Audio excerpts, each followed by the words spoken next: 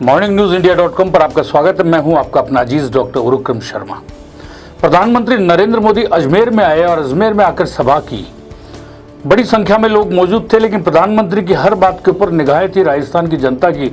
राजस्थान का भारतीय जनता पार्टी का कार्यकर्ता और उसके समर्थक इस बात के निगाह थे कि आखिर मोदी का अब लाइन ऑफ एक्शन क्या रहेगा, कहां किस नेता की और उनकी बात होगी, मुद्दे क्या होंगे।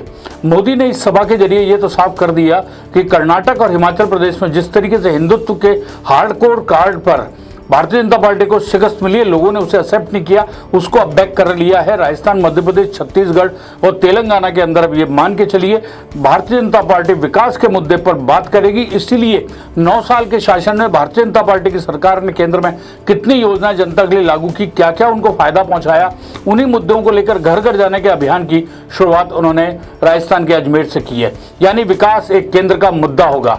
दूसरी सबसे बड़ी बात, राजस्थान के अंदर बीजेपी जिस तरीके से गुटों में बटी हुई थी, गुटों का इन द सेंस कि उन्होंने एक गुट ऐसा था जो वसुंधरा राजे को पूरी ताकत के साथ रोकने में लगा हुआ था कि वसुंधरा राजे को किसी भी तरीके से आगे बढ़ने से रोकना है। दूसरा गुट इस बात के लिए था कि वसुंधरा राजे राजस्थान की जन नेता है। जब भैरों सिंह शेखावत के स्थान पर वसुंधरा राजे को लाया गया तो उन्होंने पूरे राज्य में परिवर्तन यात्रा करके भारतीय जनता पार्टी के पक्ष के अंदर एक माहौल बनाया।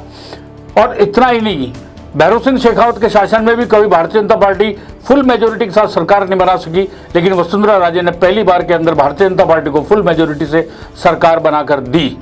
इसका सबसे बड़ा कारण था कि राजस्थान के अंदर जो महिलाएं थी वो पूरी तरीके से वन साइडेड वसुंधरा राजे के साथ थी, कल भी थी, आज भी है।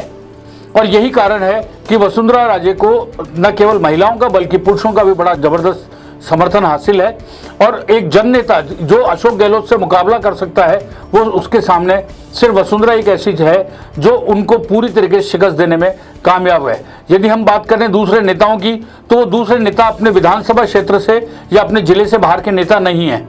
और यही कारण है कि पिछला जो उपचुनाव हुए, इस शासन में भी इतने उपचुनाव हुए, उन उपचुनाव के अंदर प्रदेश अध्यक्ष रहते हुए भी खूब प्रचार किया पूर्व अध्यक्ष ने, लेकिन कहीं भी उन्हें सफलता नहीं मिली। एक राजसमंद ऐसा था जिसके अंदर सहानुभूति लहर के चक्कर में जीती, बाकी तो जमानत तक जब्त हो गई।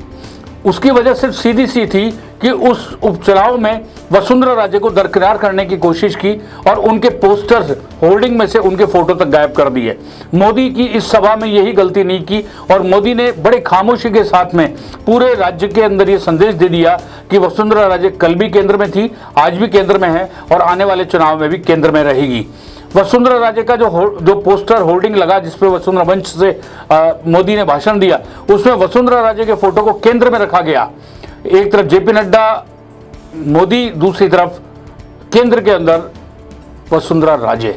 यानी साफ तौर पे मोदी ने साफ कर दिया कि वसुंधरा बहुत अहम है भारतीय जनता पार्टी राजस्थान के लिए। और इसके अलावा जितनी भी सभा से संबंधित प्रचार सामग्री रही, उन सब के अंदर वसुंधरा राजे की फोटो का इस्तेमाल किया गया।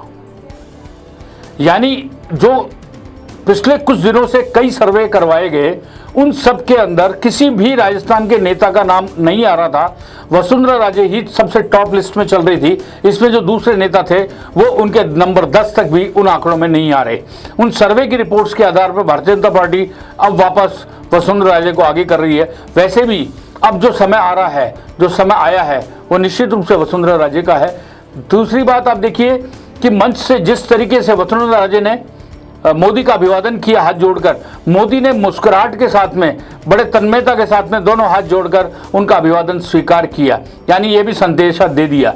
मोदी ने मंच पर अपने बिल्कुल पड़ोस वाली सीट के ऊपर वसुंधरा राजे को बैठाया, यानी ये भी साफ कर दिया कि वसुंधरा राजे कितनी बड़ी ताकत है। और उसके बाद में बाकी केंद्रीय मंत्री वगैरह वगैरह जो राजस्थान के दूसरे नेता थे उनको बैठाया गया। पूर्व प्रदेश अध्यक्ष को अंतिम लाइन जो पंक्ति थी उसके अंदर अंतिम स्थान पर बैठाया गया। कहने का मतलब साफ है, मोदी ने इशारों में सारी बात कह दी और अब आने वाले दिनों के अंदर वो सब चीज़ें अब देखने को मिलेगी, सामने आएगी। आप बने रहिए हमारे साथ, हम आपको यूं ही अपडेट देते रहेंगे हर राजनीतिक खबर का।